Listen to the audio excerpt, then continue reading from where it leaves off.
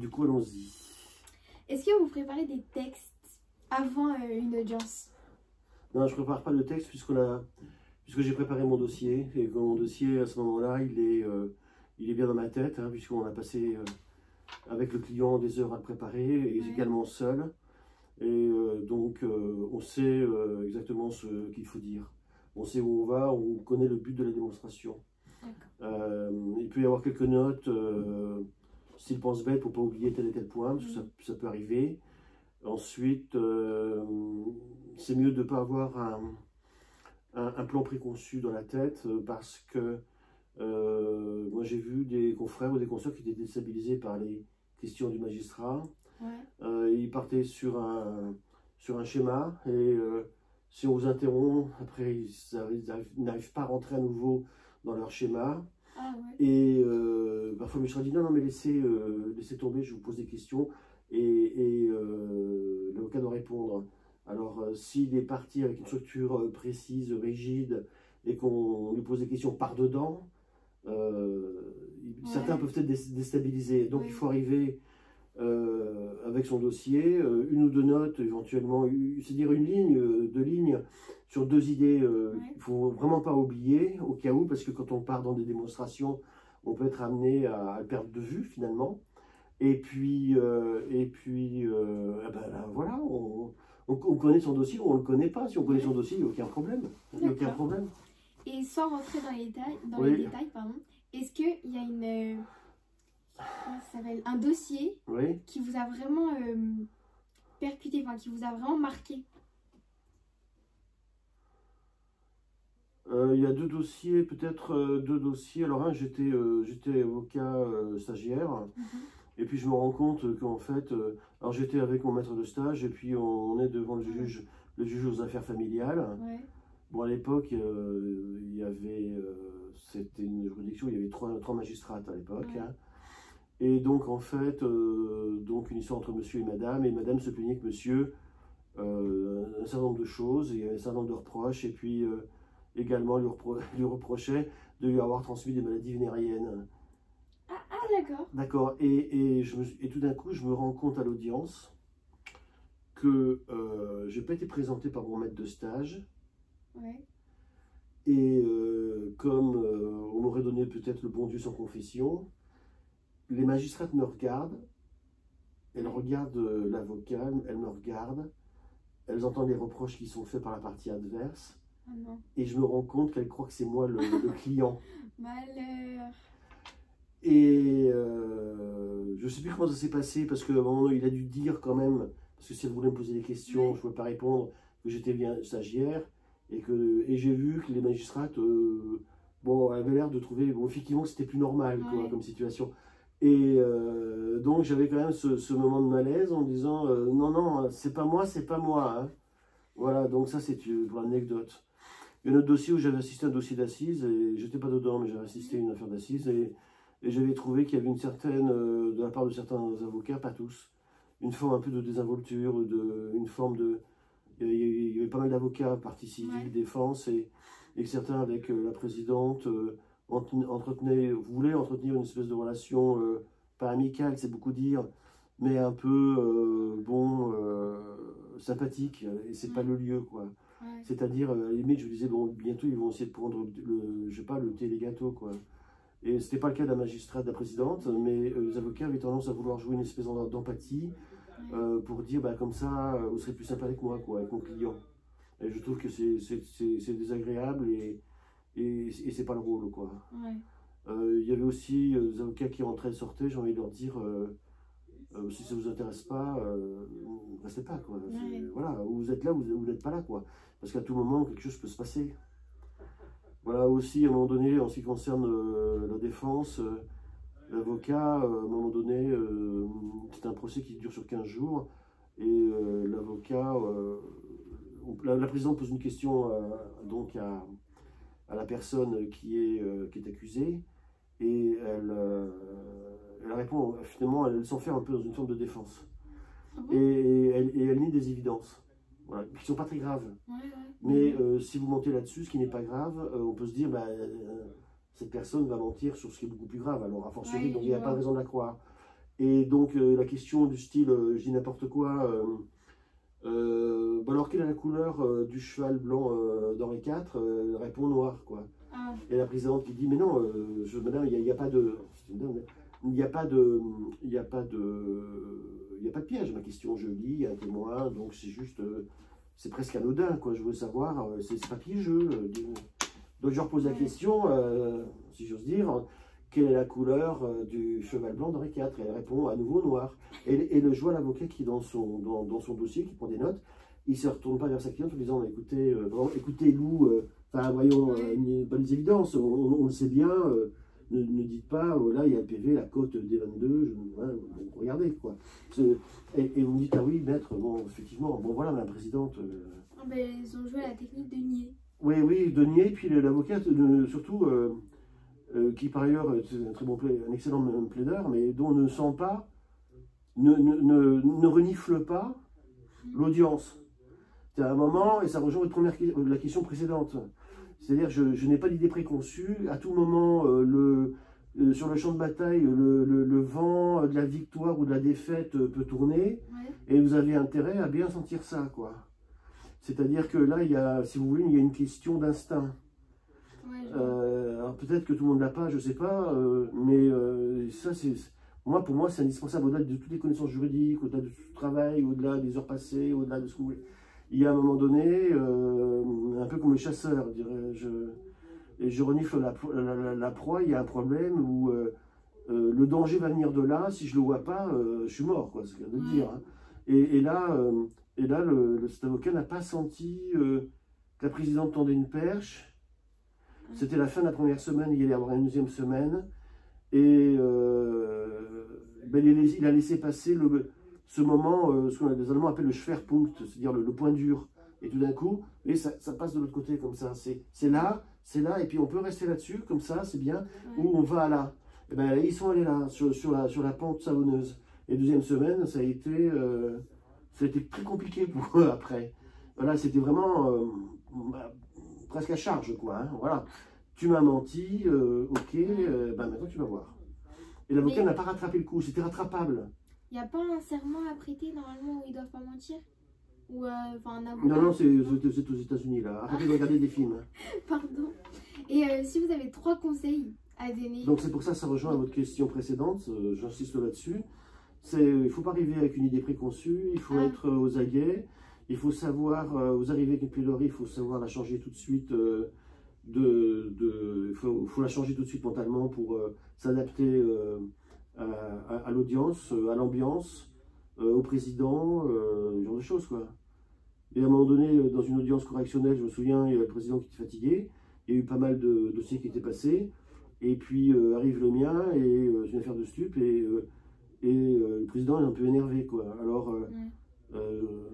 je crois bon, et je crois que ça a marché, je crois bon de dire au président, écoutez, monsieur le président, je crois que la semaine dernière, vous aviez dit que la peine que vous aviez prononcée contre le prévenu serait inversement proportionnelle à la longueur de la plaidoirie. Donc, si vous me permettez, je vais être très court. Alors, ça fait rigoler. Le président, les gens qui étaient là, le greffier, tout ça. Et donc, ça s'est bien passé. Et du coup, ça a détendu l'atmosphère. Et puis, bon, ben voilà, j'ai donné mes explications, j'ai fait court. J'ai fait court aussi parce que je sentais qu'il y avait une fatigue générale. Et donc, ça a détendu l'atmosphère et c'est passé. D'accord. Voilà. Et les résultats étaient pas mal. Voilà. Et donc, c'est ça qu'il faut sentir, je crois. D'accord. Et si vous avez 3 conseils, ou 2, à donner aux futurs avocats, vous leur direz quoi? Je dirais qu'il ne faut jamais rien tenir pour acquis. Donc on ne sait pas si... comment dire, il ne faut pas avoir de préjugés, mais ça c'est aussi une question que vous devez avoir dans la vie. C'est pas nous. C'est-à-dire que faut se méfier des préjugés, on peut se tromper, on ne sait pas à qui on a affaire exactement. Les apparences sont trompeuses. Et puis on peut avoir une position aujourd'hui, une autre demain, on peut, même dans la vie, sur n'importe quelle question. Et c'est vrai aussi dans le métier d'avocat, donc il faut raisonnablement douter, il faut s'interroger, ne pas avoir d'a priori. Ça c'est condition sine qua non, quoi. Le deuxième conseil, c'est effectivement être curieux, curieux et opiniâtre, et celui qui nage le plus loin va l'emporter, quoi. Ouais. Dans la recherche, le travail, il faut aller assez loin, quoi. Et vous pouvez avoir un dossier qui n'est pas très bon si vous faites pas mal de recherches, mais pas théoriques sur les faits, les preuves, et comment, et pourquoi, mais vous l'avez vu, mais qui l'a vu, mais qu'est-ce qu'il a vu, mais à quelle heure, c'était quand, etc. Mais vous me dites que, oui, c'est-à-dire que tout est critiquable, c'est-à-dire soumis à la critique, n'est-ce pas? Ouais. Donc, c'est une analyse point par point. Ouais. En langage militaire, on dirait, bon, c'est un combat rue par rue, immeuble par immeuble, étage par étage, palier par pièce, voilà. C'est-à-dire que tu vas en baver, quoi, en face. Tu es venu me chercher, mais alors, il fallait pas. Il y a Élire, par exemple, il doit être quelque part par là, le livre d'un avocat américain qui s'appelle Roy Cohn, et barreau de New York, je crois. Et bon, il avait des fréquentations. C'est-à-dire, ce genre d'avocat, quand vous le voyez au tribunal, vous lui dites, est-ce que votre avocat va arriver? Et puis il vous répond, non, mais c'est moi l'avocat. Ah. Bon, il a une tête un peu... bon. Et Roy Cohn, là, si on est le chercher, je dis n'importe quoi, mais dans un procès pour 50 000 $, lui, vous en collez pour 5 millions de $. Ah ben, il fallait pas venir. Tu as voulu jouer, on va jouer, mais tu vas voir. Tu vas souffrir. D'accord? Je vois. Hein? Donc, l'avocat jouit d'une grande liberté, mais est-ce qu'il l'utilise vraiment? Ça, c'est pas sûr.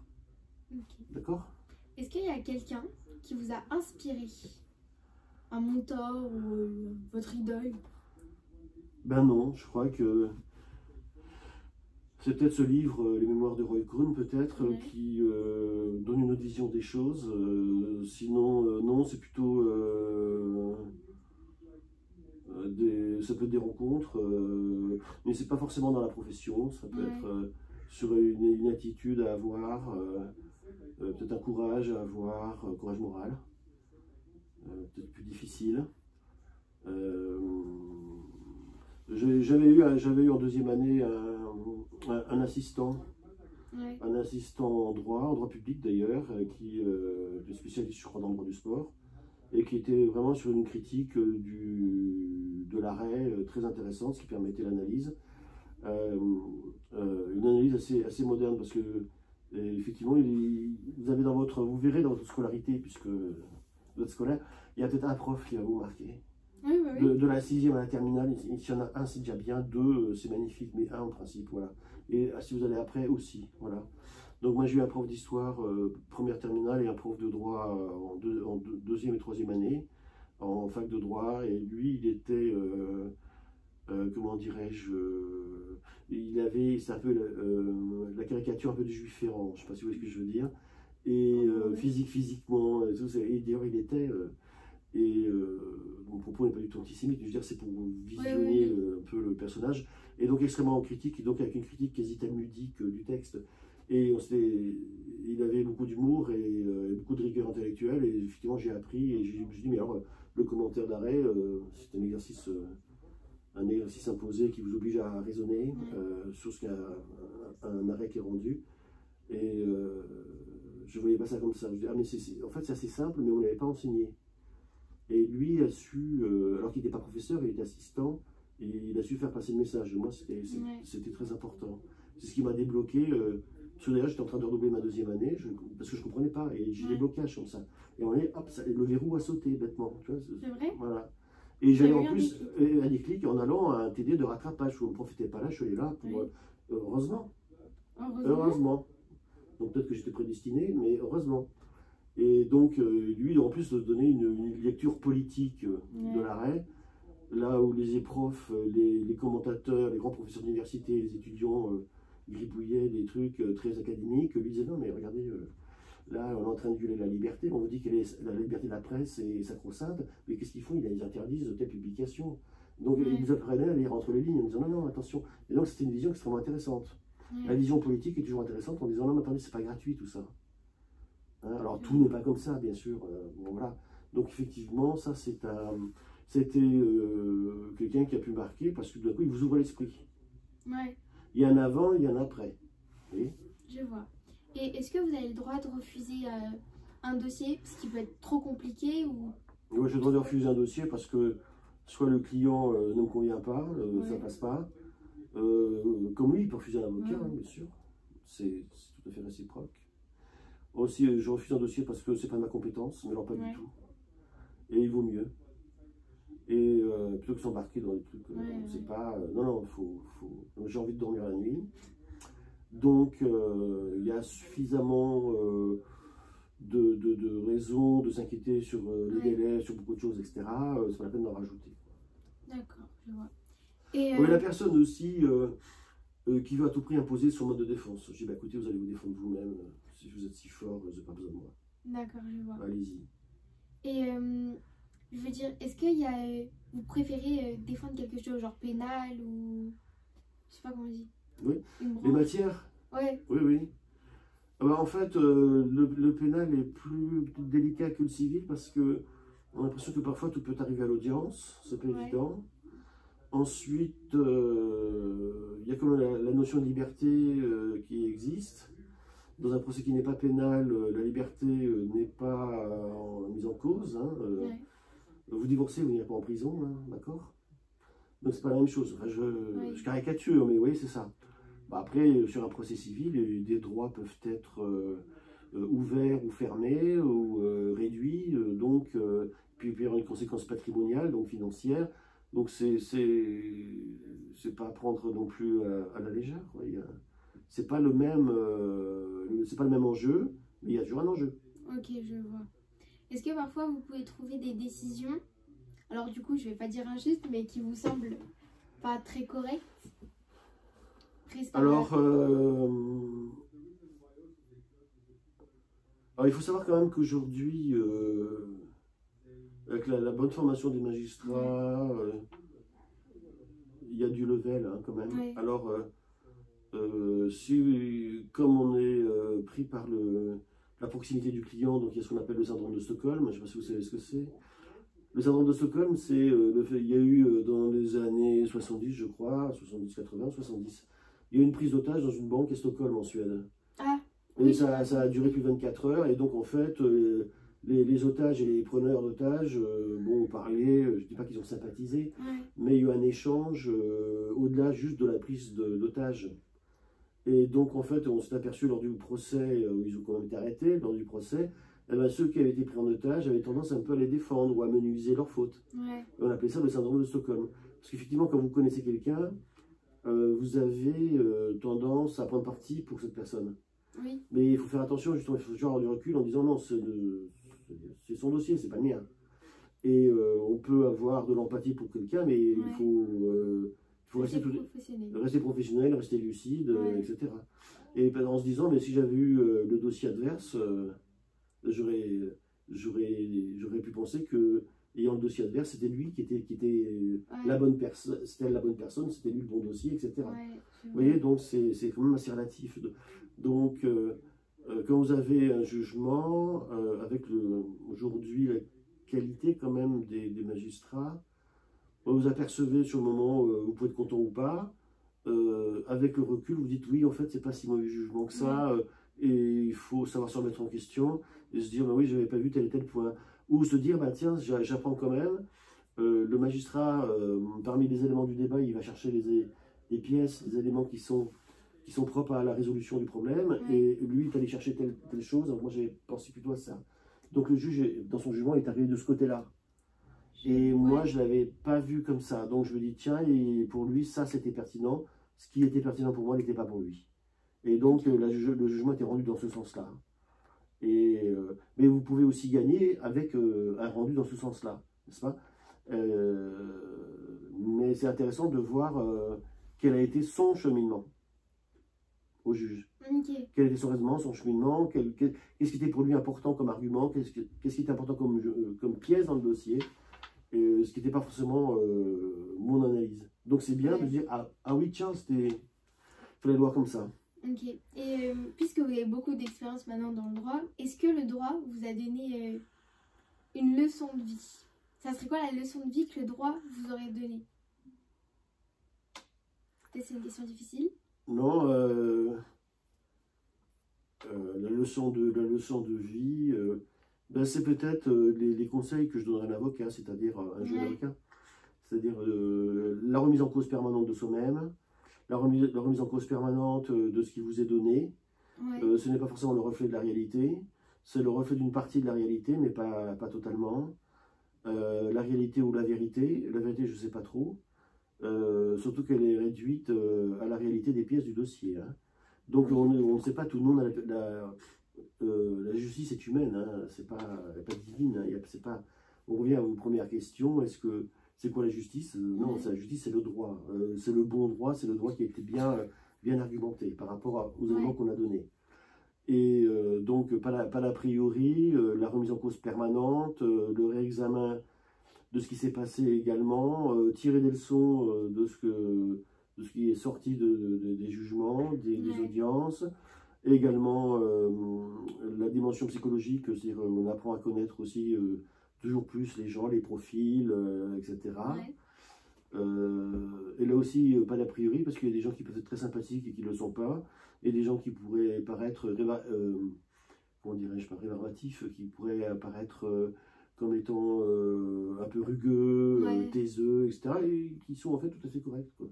Donc en fait, c'est jamais acquis, c'est jamais définitif, il faut toujours s'interroger, toujours l'interrogation sur toujours être curieux de tout, et avoir la capacité de s'étonner, qui fait que j'espère que l'on reste intellectuellement vif et jeune d'esprit en tout cas, au moins. Voilà, c'est le conseil que je peux vous donner.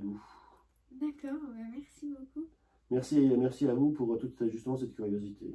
Et je vous souhaite une bonne continuation. J'en doute pas. Merci à vous aussi.